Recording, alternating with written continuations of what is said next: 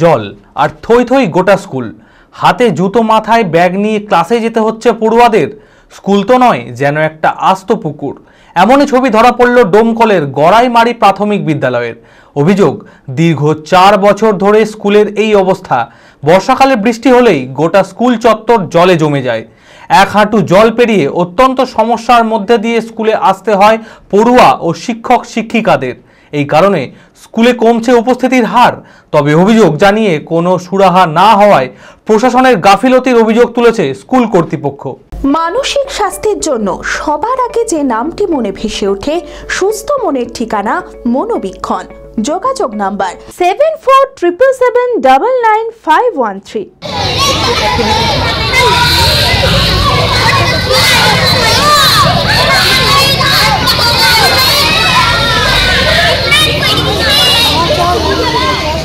বৃষ্টির জল জমে বেহাল অবস্থা ডোমকলের গড়াইমারি প্রাথমিক বিদ্যালয়ের।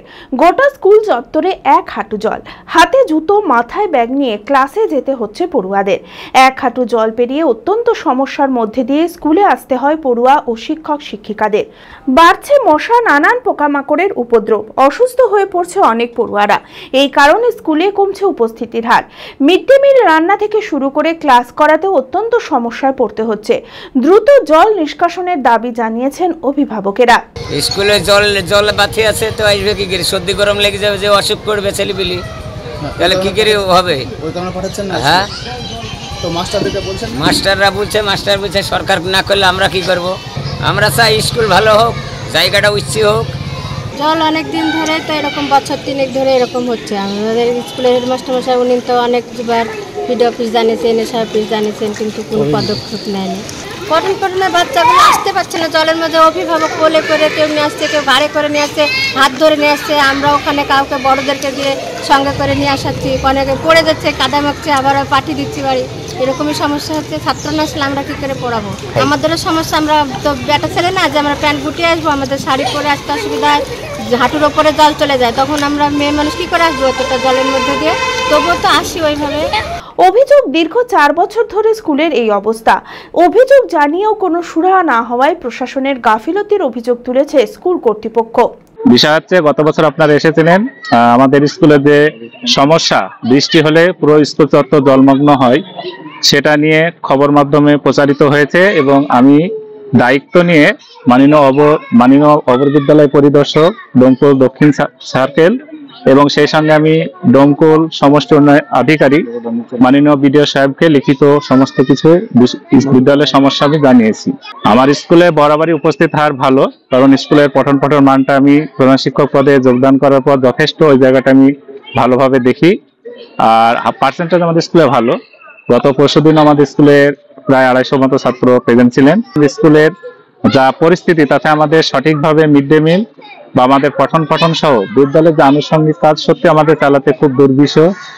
বাচ্চারা ইতিমধ্যেই আমরা লক্ষ্য করছি, বেশিরভাগ বাচ্চাদের পায়ে হাতে ঘা হচ্ছে, চুলকনি শুরু হয়েছে এবং সেই সঙ্গে আমাদের যারা শিক্ষক শিক্ষিকা এবং আমাদের রাঁধুনিরা অবশ্যই অসুস্থ হয়ে পড়ছেন। তবে স্থানীয় গ্রাম পঞ্চায়েত প্রধান জানান, বিডিও ও ঊর্ধ্বতন কর্তৃপক্ষকে জানানো হয়েছে, সমস্যার সমাধানে দ্রুত ব্যবস্থা গ্রহণ করা হবে। আমার প্রধানের পাওয়ার 3 মাসের মাথায় এটা আমার প্রথম কাজ হিসেবে আমি ধরেছিলাম যে এই জলের এবং স্কুলের সামনেও রাস্তাতে জল জমে, তো সেই জায়গাটা যাতে আমি ক্লিয়ার করতে পারি জলটা, তার জন্য আমি ড্রেনের টেন্ডার, আমাদের পঞ্চায়েতের যে সিস্টেম, আমাদের যা এখতিয়ার আছে এই ড্রেন জল নিকাশির, সেটা আমি করেছিলাম, হাইড্রেনের ব্যবস্থা করেছিলাম। কিন্তু টেন্ডার করার পরেও কন্ট্রাক্টর কাজ করতে আসার পরে দেখলাম জায়গা নিয়ে সমস্যা। অনেকের দোকান ভাঙা পড়বে, অপোজিট সাইডে, আর রাস্তার অপোজিট সাইডে করতে গেলে একটা মোটা গাছ পড়ছে, যেটা আমার এখতিয়ারের মধ্যে কাটার অসম্ভব। সেটার জন্য ব্লক লেভেল প্রশাসনকে আমার জানানো আছে। যেভাবে প্রশাসনের মাধ্যমে রাস্তায় ড্রেনটা আমি এখনো রেডি, কালকে যদি বলি যে পঞ্চায়েত থেকে নোটিশ করে আমি ড্রেনটার সমস্যা মেটাবো জলের, আমি কালকেও পারবো, এরকম ভাবেই প্রস্তুতি আছে বিষয়টায়।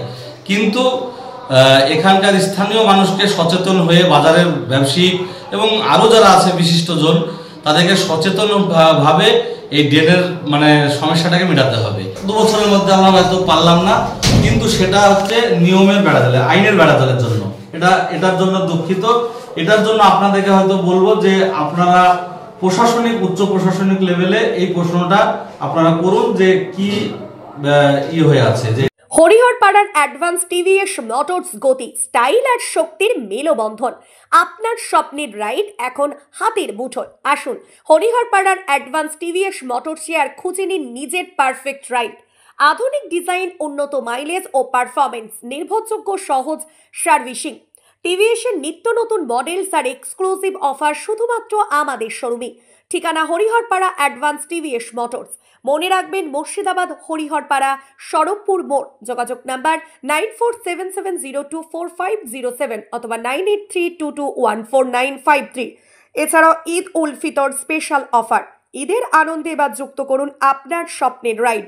হরিহরপাড়া অ্যাডভান্স টিভিএস মোটরস নিয়ে এসেছে ঈদ উল ফিতর উপলক্ষে বিশেষ অফার।